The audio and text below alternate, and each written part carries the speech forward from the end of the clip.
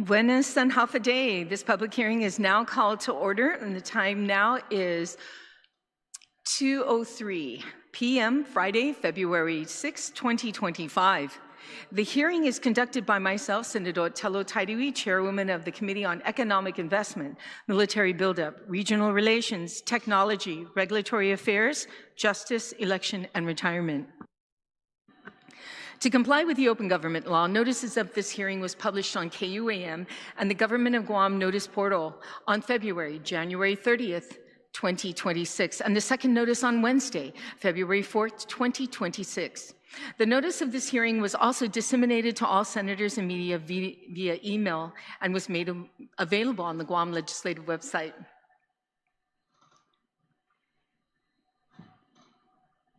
For the listening public, you can access the Google Drive link on the public hearing notices published on the Government of Guam notice portal at notices.guam.gov or on the legislative website at guamlegislature.gov. If you need assistance, please feel free to call the legislature at 671-472-3465. So before I begin with this hearing, I have some rules of engagement. So when you speak, please speak directly into the microphone. And for the record, please state your name, position, and who you represent as well. I ask those who are testifying today to please stay seated for any questions afterwards, and then I respectfully ask that we conduct ourselves professionally and respect each other's opinion.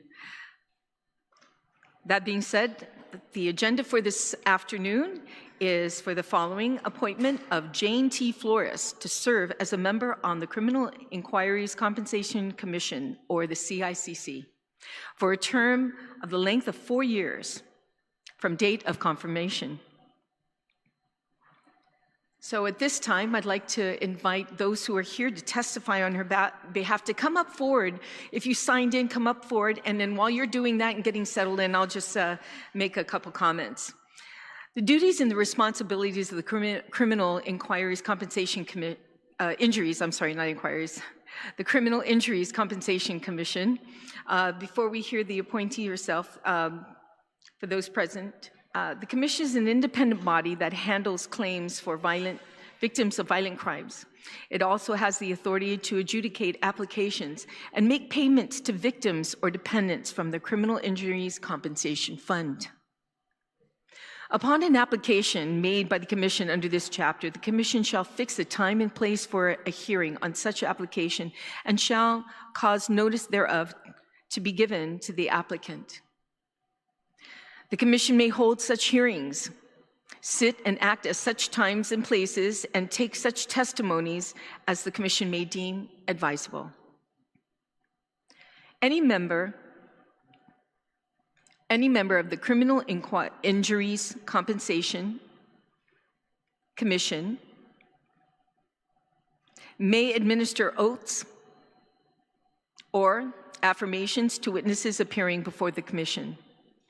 The Commission shall have such powers of subpoena and compulsion of attendance of witnesses and production of documents and of examination of witnesses as are conferred upon the Superior Court. We did submit, I think it was submitted already. We received the appointee's testimony earlier that we have. If anybody would like to get a copy, please let me know. We'll be happy to do it. So at this time, I am going to yield to our former Attorney General, Judge, and a great public servant to the people of Guam, Elizabeth Barrett Anderson. If you don't mind, please state your name for the record, who you represent, and we would like to hear for your testimony. Good afternoon, Madam Chair. It's always a great pleasure to appear in front of you. My name is Elizabeth Barrett Anderson, retired Superior Court Judge, currently the chair of the Criminal Injuries Compensation Commission. And I know sometimes it's so hard to get that I. I know. It is. I think I said something else earlier that was inquiries. Yeah, inquiries. I'm like, no. So I apologize for that. That was wait, what was they saying? Inquiries? It's compensation. No apologies. It's a mouthful. So it's a lot easier just to say commission. As well as the responsibilities that you have. It's just so full, and I appreciate your work. Please continue. Okay, thank you very much, Madam Chair. I have my written testimony in front of me, but I won't be reading purely from it. I want to say that I have known Jayne Flores for over 20 years in many different capacities, certainly her journalism capacity. And when she decided to join this administration, I became more familiar with the work that she was doing in the government for the Bureau of Women's Affairs. I find her extremely capable, intelligent, a great manager, and a wealth of background because of her almost 8 years now in working in government service. And as you know, Senator, when you get a candidate that has that kind of strong government background, then it brings a wealth to any of the commissions that come before you. The commission right now is in its 10th year. 10 years now. 2016, it became operational, and this is its 10th year. We've gone through a lot of ups and downs. I've been here with the commission from its start, and then through the last 4 years now. My commission does not expire until 2027, and that I hope to stay on if the governor, whoever the governor may be in 2027, or the legislature would like me to continue. I enjoy the work, but I have to tell you that it's been very, very, the word isn't difficult, but it's been a long trail working with you as a former senator on the committee that was formerly with Senator Therese Terlahi. We've brought down a new set of statutes in 2023. And in that statute, we protected the confidentiality of victims. And the senators, you all supported it. Thank you so much. And then just most recently, last year again, the rules and regulations. So Senator Taitague, we now have the statutory framework really solid. We have the regulatory framework solid. It is now published in the Guam rules, Guam Administrative Rules and Regulations. So that's there. And so now, every time we move 10 steps forward, Senator, we kind of get 5 steps back. And I want us to all to please remember and say a prayer for Commissioner Mike Crisostomo. It was devastating when he passed. He's been with the commission, I think, for like 12 to 14 years, so he certainly was there when we became operational. And his presence was very comforting. He was a tough commissioner. He fought very, very hard for victims, the rights of victims, the claims of victims. So his passing was truly devastating, truly devastating. The governor has been working with me even prior to Mike's passing, because we had 2 vacancies at the time. And then when Mike, one nomination came down, and unfortunately, as you recall, that had to be retracted because the nominee did not qualify, correct? She would have been great. She would have been fantastic. So I was disappointed there. So Jayne was, I think, in contemplation already. And then when I wrote to you, you immediately also wrote to the governor, and this nomination came down very, very speedily. So I can't thank you enough for this hearing today and continuing to stand by the Criminal Injuries Compensation Commission. I will tell you that Jayne is the right stuff. I hope that says it all. She's the right stuff, and I think she will be a very, very strong commissioner. If the legislature confirms her, we will still have 2 more vacancies. One of the vacancies has to be a youth member, And then a third vacancy, I think the governor has somebody in mind, but that name has not been sent down. So it's one of those, we get 10 steps forward with the law and the statutes and the regulations, and then we move backwards in time. And but it's persistence, Senator, and we as women are very persistent. We wait, we are stern, and if it takes time, we will take the time, because this is a commission that cannot fail. It has to continue. But thank you very much. Very welcome, and thank you so much for taking a moment to recognize Polly Mike, and his contribution, not just to this commission, but just as an individual, what kind of person he was. He touched so many people, and we're hoping that his legacy and memory will continue to push us forward to do the right thing, and to serve the people like he did for everyone. So thank you for recognizing, and thank you for your kind words on that. Okay, and the next one we have here, Karen? Yes, please. Go ahead and turn on the microphone. Just press that button right there. There you go. You're good to go. And state your name for the record, who you are, and then you may proceed. My name is Karen Carpenter. I'm a citizen, and I'm also a volunteer with Victim Advocates Reaching Out, or VERO, better known as VERO.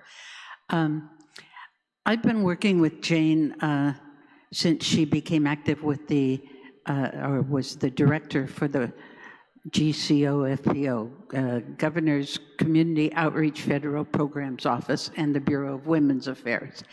And with the GCOFPO, the federal office, the grants office, there are sub-grantees, and Vero has been a sub-grantee, so we've worked with her for many years.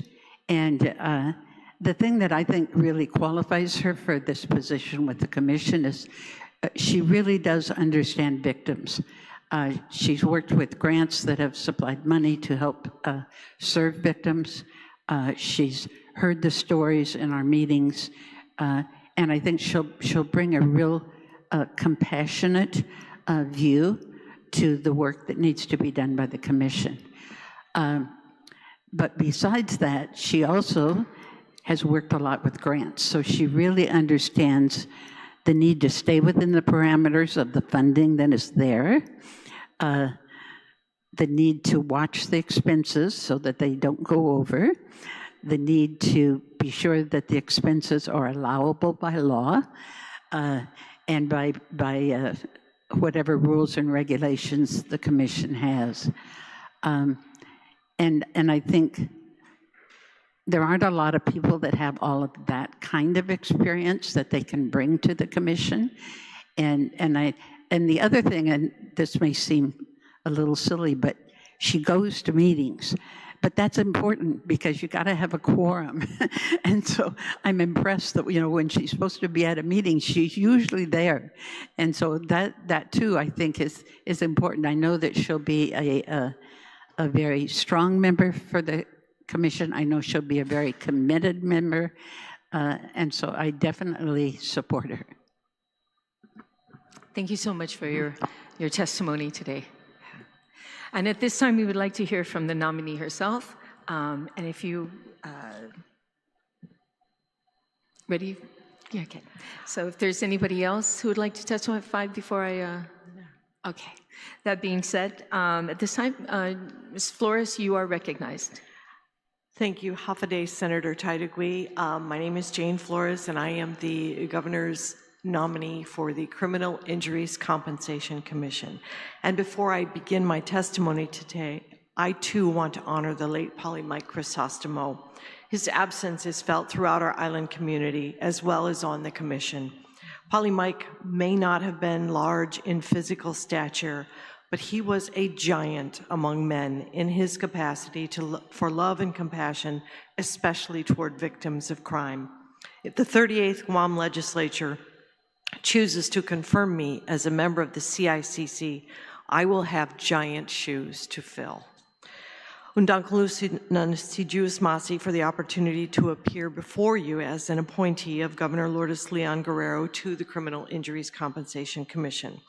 I am today a proud Government of Guam retiree, having retired this past January 30th after 16 years of service to the people of Guam. It is said that retirement is a time for new roads and passions. I consider this nomination as a continuation of my passion for the rights of victims of domestic violence and sexual assault, as well as other crimes. Together with the Honorable Judge Liz Barrett Anderson and Dr. Lisa Flores, I look forward to expanding the Commission's work and mission for victims of crime. For the last 7 years, I have served as Director of the Bureau of Women's Affairs, managing nearly $1 million in annual federal formula grants for Guam under the Violence Against Women Act program, which includes our STOP and Sexual Assault Services programs, servicing victims of domestic violence, dating violence, sexual assault, stalking, and human trafficking. The Bureau has also been awarded $3 million in discretionary grants for more focused DVDV SAS HT projects with both government and nonprofit subgrantees. I'm keenly aware of the needs of victims of crime and the trauma-informed services critical to their recovery through BWA's OVW grant funding provided to community-based nonprofit and government agencies. I've developed strong working relationships with victim advocates reaching out, Vero, Erica's House, Gumamami, Ali's Shelter, the Public Defender Service Corporation, the Civil Law Center, the Guam Police Department, the Judiciary of Guam, the Guam Behavioral Health and Wellness Center and its Healing Hearts Crisis Center, the Department of Youth Affairs, and the Office of the Attorney General, among other entities.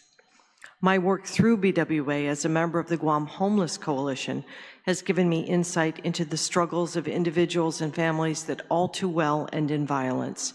I understand that homelessness is a complicated and multifaceted issue, especially for women and children who are victims of domestic violence. The Silent Witness ceremony honoring victims and survivors of violent crime each year is a powerful reminder that our work is never ending. My experiences working with victim service providers has been truly rewarding. It is impossible for anyone who is engaged in this type of work to walk away simply because of retirement. On the contrary, retirement offers me an opportunity to channel my years of experience into another avenue of productivity and compassion for the people of our island. I have a strong desire to continue my services to victims of crime and community-based organizations as a member of the Criminal Injuries Compensation Commission. I've studied the Criminal Injuries Compensation Commission enabling statute, and I am very familiar with the Victims of Crime Act federal grant that partially funds the commission. If confirmed, I can promise the members of the 38th Guam Legislature and yourself, Senator, that I will dedicate my time on the Commission to improving our island services to victims of violent crime by affording them compensation under the parameters of the Criminal Injuries Compensation Program. I know that money cannot make up for the trauma that victims have faced and will continue to deal with probably for the rest of their lives, but at least the compensation awarded by the Commission can provide victims some measure of monetary relief for medical and funeral expenses not of their making. Again, Sejus Masi to Governor Leon Guerrero for her faith in my ability to serve on this important commission, and to yourself, Senator Taitague, and committee members for the opportunity to appear before you. I'm happy to answer any questions you may have regarding my appointment or qualifications.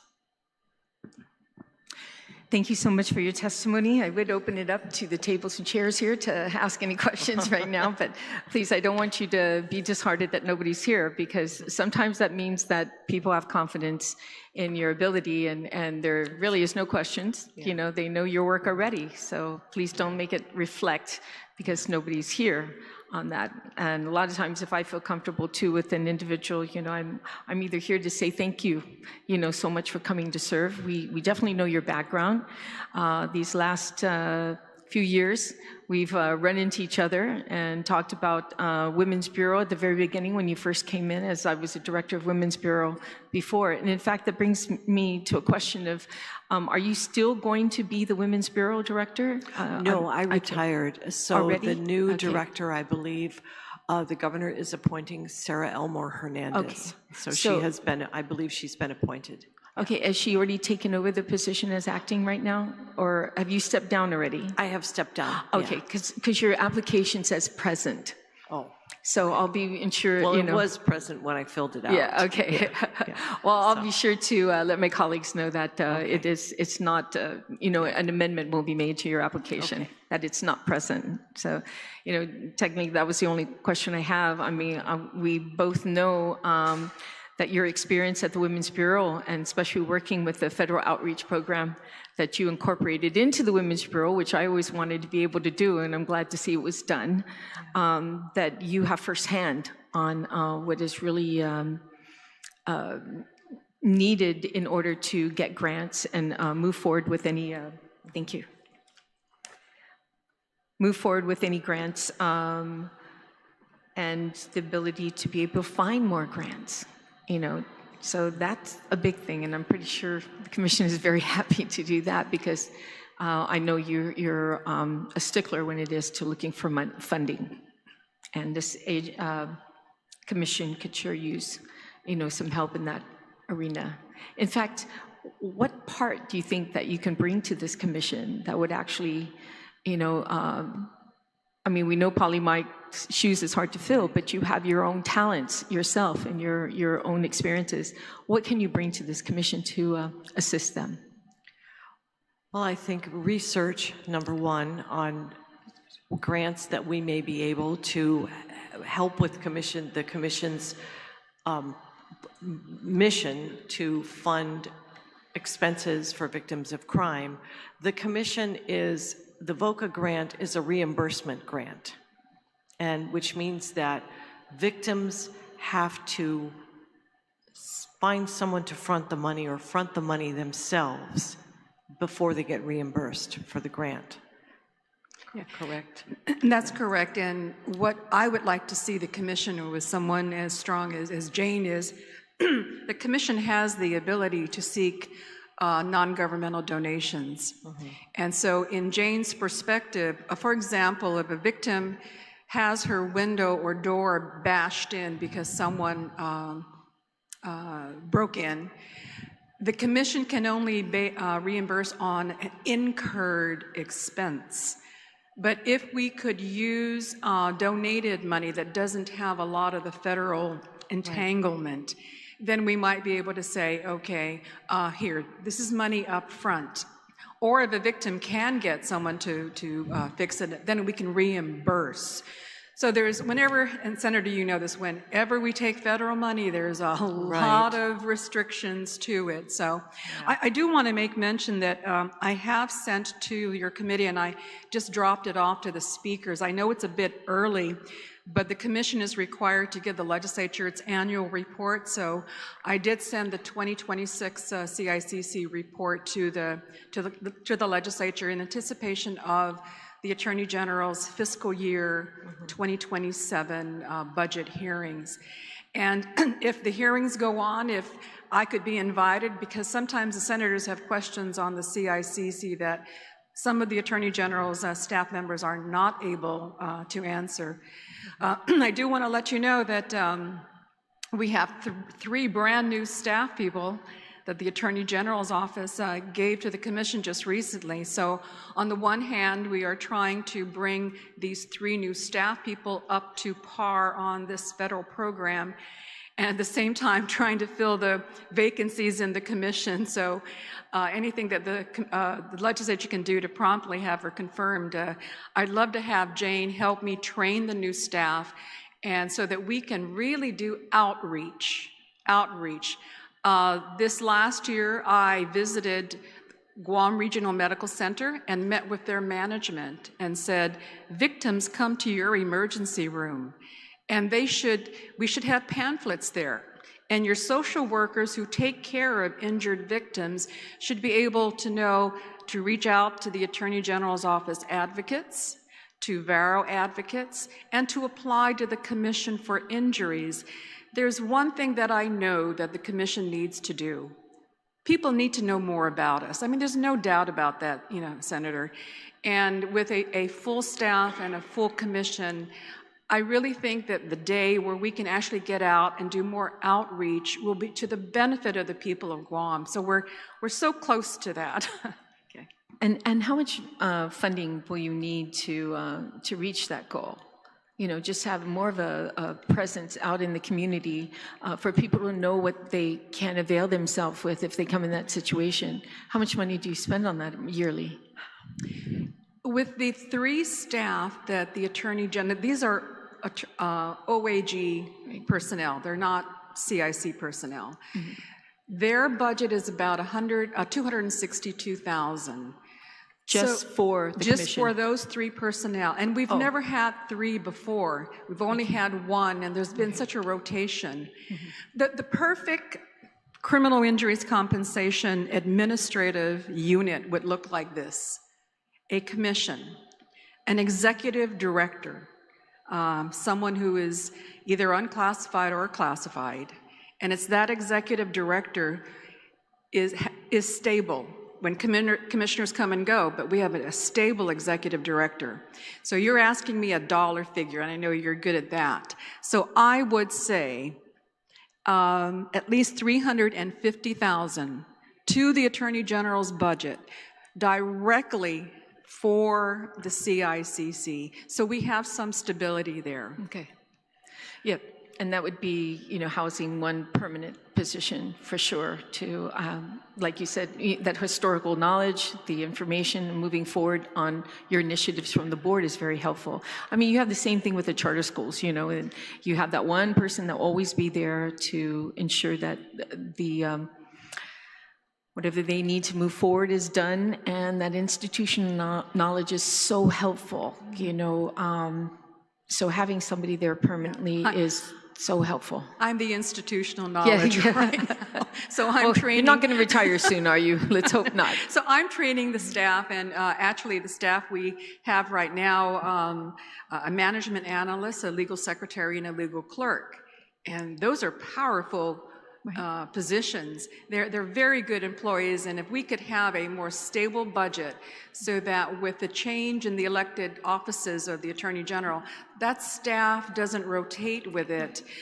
Because when that staff rotates, it's the victims who are waiting for their applications that end up, you know, suffering. So. Yeah, losing out. That's okay. Well, I'll definitely take that under advisement, as well as I'll reach out to the Attorney General and see what we can do on that perspective. And you're right, budget time's coming up, so it's a perfect time to ask. So I'm glad you did. You know, so bring that in. But other than that, I like that one part that you put down in your testimony, that you went back and researched, you know, some of the things that what did you say at the end? I've studied the Criminal and Injuries Compensation Commission enabling statute. That's a first start. Is there a website that you put up? Oh, that's another thing we should do. Okay. Part of that budget. Yeah. We can actually, if you go to the Office of the Attorney General website, you're able to find the CICC, and there are forms there that need to be updated because they're a little bit old. Behind. But it would be nice to have a better website within the OAG for the Criminal Injuries Commission. Specifically for that. Yeah. Exactly. And I'll tell you, the other day I was searching nationwide, and I saw these fantastic videos about what is a commission and what you can do. So not just going online, but what do you call that? Those types of videos where Informational videos. Oh, informational tutorials or things like that. Informational videos. If we could, if Jayne comes on board and we can find some federal money for an informational video, I don't know how much those cost, but informational videos is the best way to get out there. The thing is, when we do that, victims become more aware of the commission. more applications come in. So we really need to keep these 3 employees there as long as we possibly can, because their workload will increase. Yeah. And I think this video website would also allow for links for places like VARO and other nonprofit organizations that can assist the victims. So this website will have a link to all those areas too. So it'll become a one-stop area that would be great. is just dedicated for that. And I think the Attorney General does a very good job and posting everything on his website, that I think he would be very amenable to start that up right away, and get one of them. So I'll reach out to him as well. And the last thing I have to offer here is my door. It is always open to anybody who's willing to sacrifice their time away from family, to sacrifice anything they, moving forward of your free time with travel. Most people want to take off and travel and enjoy themselves, but you've decided to stay on to serve the people of Guam, and that says a lot about an individual. So if you can do that, then my door is always open if you have any questions that I can assist you with, or any help that you may need. And you definitely know where I work. I mean, my office is at, because we were sharing the same building, so the 4th floor, so if you forget. Si Dios Masi, Senator. I am honored to have been asked to serve on the commission. Okay. So. Anything else you would like to add, or before I close it out? Okay, we're all good. I see your husband's here to support you. That's a good sign. Keep her busy, right? And it lessens your honey-do list, right? If you keep her busy. Okay, so that being said, let me end this by, if there are no other further questions, this concludes our discussion and testimony for the appointee of Jayne Flores to serve on the commission. And if anyone wants to send any written testimonies in, we're going to be doing this for 5 days. I'm trying to get this on the next session agenda right away, because I know you need to meet quorum. So we'll do everything I can to expedite this, get it done right away. But if there are anybody out there who's listening who'd like to send in a testimony, you have 5 days from today, which can be mailed to my office at 238 Archbishop Flores Street, Suite 407 at the DNA building in Hagåtña. You may also send your written testimony to my office via email at senatortelot@gmail.com. Thank you for your participation. Create a great day and create a great weekend. We've been heard. Thank you.